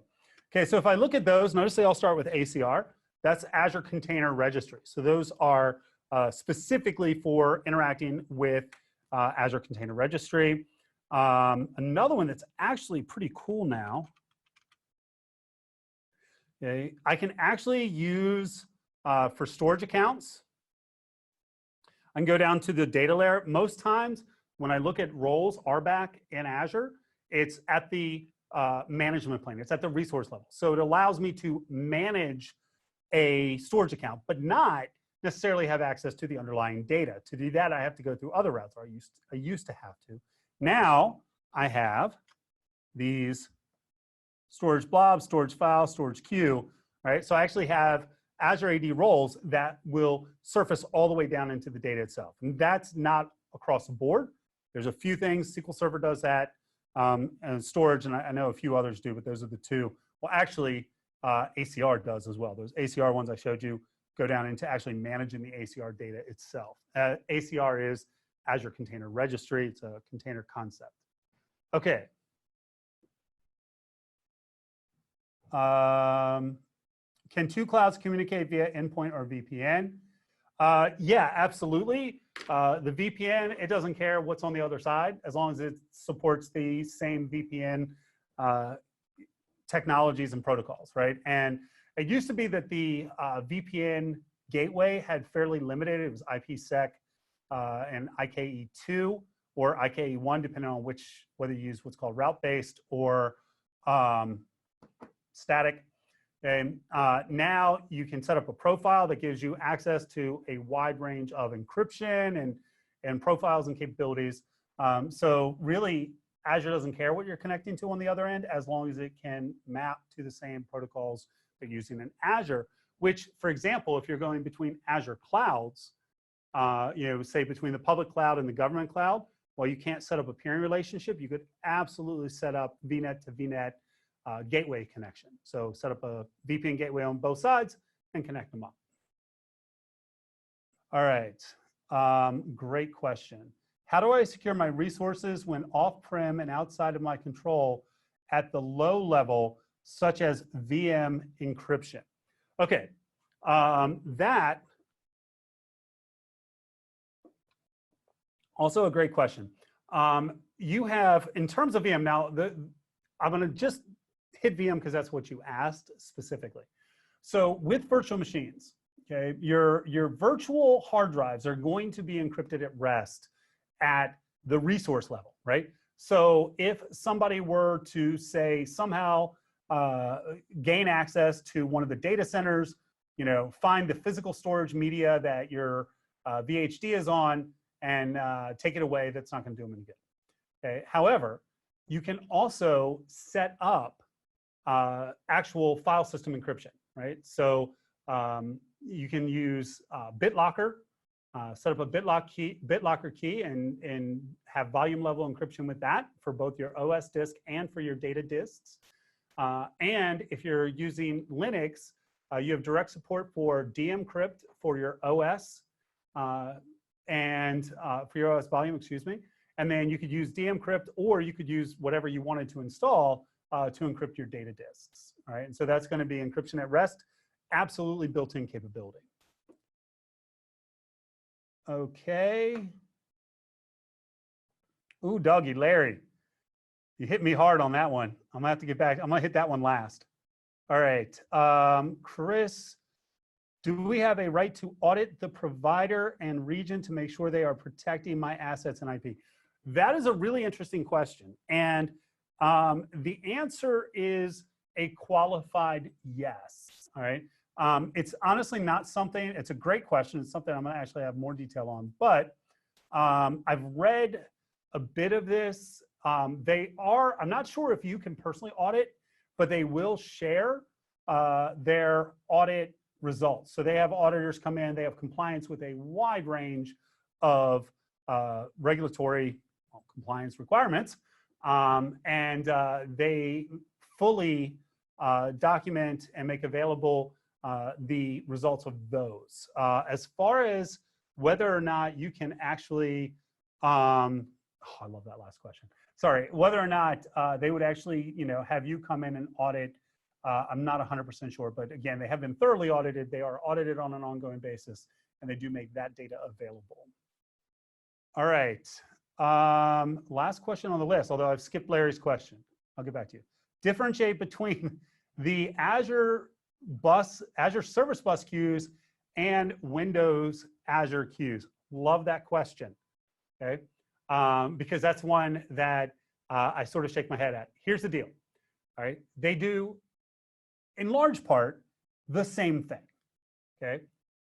Your storage queue, and again, if you're not a developer, you can just kind of tune this one out, okay? And by the way, if you're still on, thank you for participating in this. It's been great having you here, okay? But to this question, pet peeve of mine, two different systems that do effectively the same thing with some twists, okay? Storage account, they're priced completely differently, so that's one thing. Storage account is frankly simpler. All right, it's a more basic queue. It doesn't support as many protocols. You can't do as many things with it. But in terms of the way that I use a storage account for queuing, I'm doing the same things. Okay, you'll see that there's these differences, and you see a comparison of the differences. At the lowest level, they're doing the same thing, right? I can pop a message off a queue. I can peek at a message that's in a queue. If it times out, it's going to go back on the queue. I can control all of that. I can delete a message from a queue. Okay. One thing the storage queue allows you to do is it actually allows you to update queue messages, which I personally think is a terrible idea, but that's just personal opinion. The service bus queue does have many more features. For example, you can set up a topic, which is subscription-based. So instead of having each queue read once, each queue message, I can have queue messages that are read by multiple people. So if I'm sending out a message that maybe from multiple vendors, let him know I need something, they should send me a quote, set up that kind of system. It also does things like dead lettering. So if a message keeps failing or is on the queue for too long, it can be moved to a dead letter queue. You also have session-based connection to a service bus queue, and service bus queue also supports more protocols. Okay, so big picture, those are the differences. Now, does Azure offer HSM services for token, two-factor authentication, login? Okay. All right. I don't have the complete answer to that because honestly, I don't know the complete answer. Here's what I will tell you. Okay. Azure AD in and of itself is based on standard web authentication protocols. So it's using OAuth and it's using your Connect, and it's using actually some web service protocols as well. Okay, and so you can interact from both a client and a provider standpoint with Azure AD. Now, Azure AD also supports federation, which I know is not your question. Okay? So you can federate with ADFS. There's also other federation providers out there. Ping Identity, for one, actually they've got a relationship with Ping. So if you're using Ping and you're using, you could be using Ping for federation as well as two-factor or multi-factor authentication. The one, I can't think of the name of it right now. It's used by a lot in the medical field. That also can integrate, and that also can provide both federation and multi-factor authentication. Also, you do have the ability, depending on which tier of Azure AD you use, to plug in other third-party multi-factor authentication providers. Okay. Azure also has its own multi-factor authentication provider, but it's likely that if you have your own multi-factor authentication provider, that it will likely be able to plug in with Azure AD. I know that's not a great and kind of a vague answer, but those are the details that should allow you to get on your way. All right, haha, Mark, I know it is important to gain skills. Oh, Mark, thank you so much for asking that question.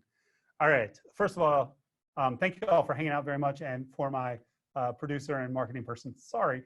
But all right, the answer to that is, Mark, yes.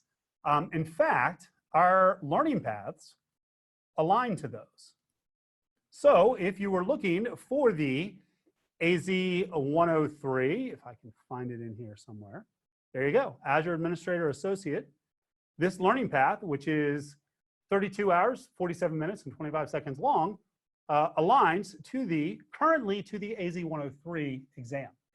We also have an Azure Architect learning path, which aligns to the AZ-300 and 301 exams.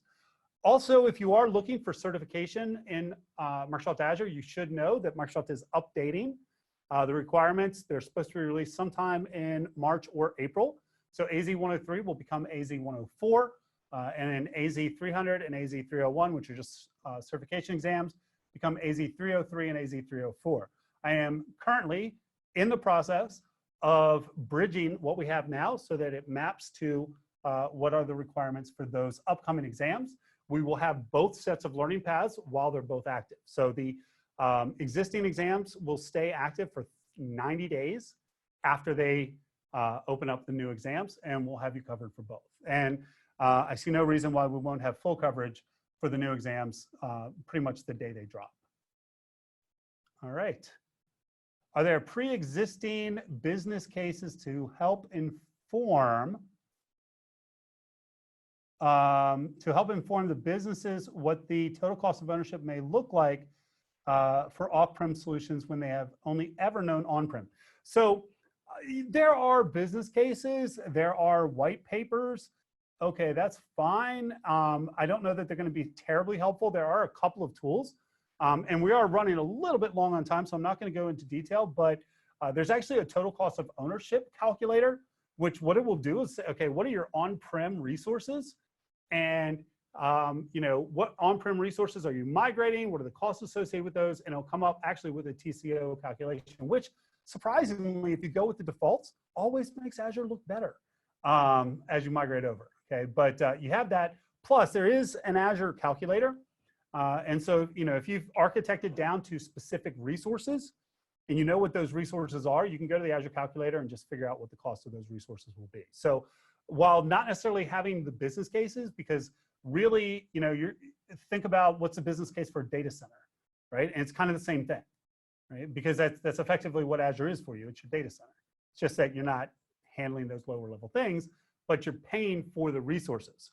So, you know, they're not going to tell you how much a particular software license is going to cost if it's not a Microsoft Azure license.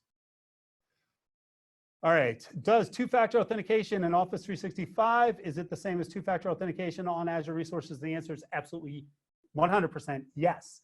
And the reason for that is because multi-factor authentication is actually associated with is the authentication provider for Office 365 as well as for Azure. So they are absolutely 100% the same. And if I'm not mistaken, that was the last open question. So we are done with the Q&A. And just because I love this, here we're gonna finish up with, remember, we are your experts at making you an expert. Again, thank you if you're still hanging out. I'm not even sure how many folks are still here. We still have a pretty good number. I want to say thank you very much for being part of this. And hopefully, you know, you'll think about us as you start to make that journey into Azure. And we're going to continuously build not just Azure, but also Office 365, Microsoft as well. Of course, keeping our top of the line Cisco and other system training available. So again, thank you very much. And I'm going to call this a day.